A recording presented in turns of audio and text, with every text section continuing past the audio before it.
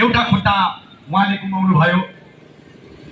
विडम्बना के छ भने यतिखेर उहाँ हस्पिटलमा हुनुपर्ने, यतिखेर उहाँ आफ्नो उपचारार्थ आराम गर्नुपर्ने बेलामा विडम्बना यो देशको परिस्थिति वा भनौँ यो देशको राजनीति एउटा पार्टीलाई नेतृत्व गरेर गाउँ गाउँ बस्ती बस्ती सहरहरूमा छहारिरहनु भएको छ। आफ्नो बिरामी भन्न पाइरहनु भएको छैन, आफ्नो घाउ भन्न पाउनु भएको छैन, आफ्नो चोट भन्न पाउनु भएको छैन, न त आफ्नो परिवार भन्न पाउनु भएको छ। उहाँको आफ्नो जुन खुट्टा गुमाउनु भएको छ त्यसको उपचारार्थ वा भनौँ एउटा खुट्टा लगाउनको लागि पनि उहाँले आफ्नो परिवारको एउटा सदस्य आफ्नो आमालाई परदेशमा उहाँले परदेश जानु परेको स्थिति छ। त्यो खुट्टा लगाउनका लागि मात्रै पनि यो देश यो राज्यको हालत यस्तो छ। विडम्बना यो धेरै भएको छैन।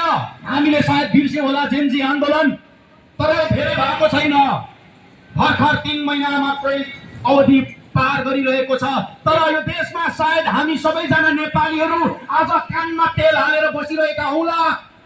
आफ्नो छोरा र छोरी घाइते भएको छैन, आफ्नो छोरा र छोरी शहीद भएको छैन भन्ने लागेर हुन सक्छ। आज हामीलाई यो जेनजी विद्रोह आज हाम्रो आँखाबाट हराइसक्यो। आज हाम्रो मनमस्तिष्कबाट यो जेनजी विद्रोह सायद हामीबाट यो गुमनाम भइसकेको हुन सक्छ। तर यहाँ हेर्नुहोस्, हाम्रो आज राष्ट्रिय परिवर्तन पार्टीको स्वयं अध्यक्ष एउटा खुट्टा विमुख भएर यसरी उभिरहँदा के आज फेरि पनि त्यो जनविद्रोह नसम्झिने, के फेरि पनि त्यो जेनजी आन्दोलनलाई स्मरण नगर्ने? रगत अझै पनि सुक्नु हुँदैन, अझै पनि रगतलाई सुक्न दिनु हुँदैन, अझै पनि ती तमाम शहीदहरूलाई, ती तमाम घाइतेहरूलाई भुल्नु हुँदैन। म यताबाट कुरा गर्दै गर्दा एउटा कुरा यो के भनौँ भने यो बलिदान उहाँहरूले जे दिनुभएको छ, के यो बलिदान उहाँहरूले रहरको लागि दिनुभएको हो? कुन चाहिँ आफ्नो आमालाई आफ्नो छोरा र छोरी गुमाउनु रहर हुन्छ? कुन चाहिँ आफ्नो बाबालाई आफ्नो छोरा र छोरीलाई शहीद भएको हेर्न मन छ?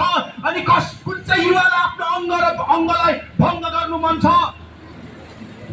हुँदा खाँदाको जिन्दगीलाई बेहाल बनाउनु कसलाई रहर हुन्छ? आन्दोलन गर्नु कुनै पनि रहरको विषय थिएन। जेनजी आन्दोलन वा जेनजी विद्रोह कुनै पनि रहरको विषय थिएन।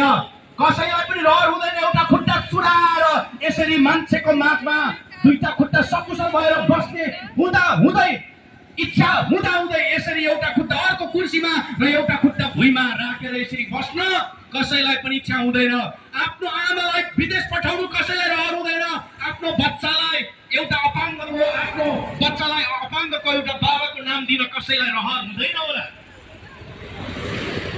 त्यसकारणले गर्दा आम समुदाय आज राष्ट्रिय परिवर्तन पार्टीको यो आम भेलामा भाद्र 23 र 24 गतेको त्यो जनविद्रोहलाई पनि आत्मसात गरेर कान ठाडो बनाएर यहाँनिर रहनुहुनेछ र हेर्नुहुनेछ र सुन्नुहुनेछ र साथ दिनुहुनेछ भन्ने म विश्वास राख्दछु। 2007 सालको कुरा गरौँ। 2007 सालमा जब नेपाली काङ्ग्रेसले जहानी राणा शासनको विरुद्धमा आन्दोलन छेड्यो, त्यतिखेर 2007 सालमा प्रजातन्त्र आएको त्योभन्दा अगाडि त्यो बेला भनौँ त्यो सेरोफेरोमा जब जहानी राणा शासनको विरुद्धमा आन्दोलन गर्दै थियो त्यतिखेर पनि त्यो तत्कालीन समयमा काङ्ग्रेसीहरू देशभक्त नै थिए। आजको दिनको काङ्ग्रेसीको कुरा म गर्दै छैन। तत्कालीन अवस्थामा जब देशलाई 104 वर्षको जहानी राणा शासनबाट मुक्त गर्दै गर्दा त्यो निरङ्कुश सत्तालाई ढाल्दै गर्दा त्यतिखेर काङ्ग्रेसीहरू देशभक्त थिएनन् भन्न हामी सक्दैनौँ, थिए। त्यसै कारणले गर्दा हामीले स्कुलको किताबहरूमा पन्नाहरूमा हामीले पढेका छौँ धर्मभक्त माथेमाहरू दशरथ चन्द शुक्रलाल शास्त्रीहरू जस्ता व्यक्तिहरू, गङ्गलाल श्रेष्ठहरू जस्ता व्यक्तिहरूले ती तत्कालीन समयमा शहीद हुनु परेको हामीलाई अझै पनि त्यो घटना ताजै छ। एमालेका साथीहरूले पनि पछि कम्युनिस्ट साथीहरूले पनि आन्दोलनमा साथ सरिक हुनुभएको हामीले त्यो बिर्सेका छैनौँ। तत्कालीन अवस्थामा त्यो बेलामा उहाँहरू पनि हाम्रा लागि देशभक्तहरू नै थिए, देशभक्त पार्टी नै थिए।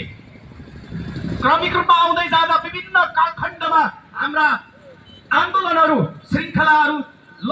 श्रृङ्खला बढी नै रह्यो।